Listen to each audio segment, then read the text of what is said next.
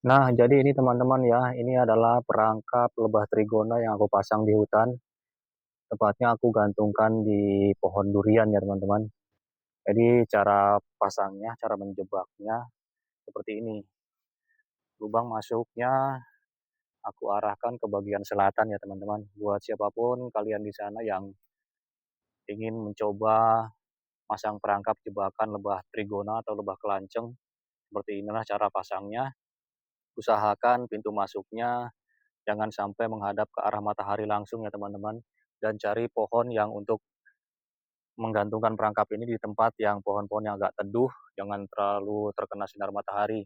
Nah, di sini aku pasang ini satu dan di bagian sini satu ya teman-teman. Jadi seperti inilah aku pasang jebakan lebah trigona ini di hutan-hutan seperti ini. Tapi ini adalah hutan perkebunan tanaman tahunan pemilik yang punyanya masih warga di sini ya teman-teman. Jadi ini satu lagi, ini pintu masuknya aku hadapkan ke arah timur, ke arah sana ya teman-teman. Jadi kalau pasang jebakan seperti ini, usahakan pintu masuknya menghadap berbeda-beda ya sahabatku. Ada yang ke timur, ke barat, ke selatan, ke utara, seperti itu. Supaya semua arah bisa, apa ya istilahnya, kalau arahnya berbeda-beda mungkin nanti ada arah lebah dari timur atau dari selatan, mereka bisa langsung lihat apa lubang pintu masuknya dari jebakan kita ya sahabatku. Jadi alamnya seperti ini, aku pasang lebah trigonanya di sekitar hutan-hutan kayak gini karena inilah habitat mereka sesungguhnya, bertempat di hutan-hutan yang masih asri, terutama mereka menyukai tempat di dalam lubang pohon ya sahabatku, entah itu di kayu busuk ataupun di pohon bambu ataupun di kayu pohon yang masih hidup. Dan perlu teman-teman ketahui, lebah trigona ini dia tidak suka dengan tempat-tempat yang lembab ya teman-teman. Makanya biasanya sering aku jumpai lebah trigona ini atau lebah kelanceng ini dia bersarang di bambu yang sudah kering. Ya memang ada juga dia bersarang di bambu-bambu yang masih basah.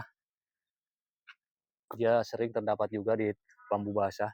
Tapi kebanyakan mereka suka di tempat-tempat yang kering atau tidak lembab ya sahabatku. Nah ini koloni trigona yang aku punya, aku saat ini masih punya satu ya teman-teman. Jadi ini buah trigonanya bisa kalian lihat, dia bersarang di bambu. Ini kalau nggak salah jenis lepisep ya teman-teman. Tapi kalau mungkin bukan jenis lepisep, aku minta petunjuknya buat para teman-teman atau para suhu yang udah terbiasa budidaya lebah kelanceng ini. Bisa tolong disebutkan ini trigona jenis apa?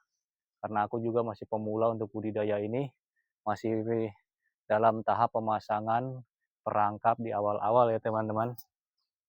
Jadi seperti itulah potensi alam yang bisa kita ambil di sekitar kita apabila hutannya masih utuh, alamnya masih baik, dan populasi satwa atau serangga yang termasuk lebah ini masih bisa banyak kita jumpai di hutan-hutan yang masih tumbuh bagus.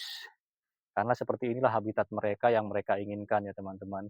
Jadi kenapa aku sering mengajak teman-teman semua untuk jaga alam kalian, lindungi alam kalian jangan sampai rusak.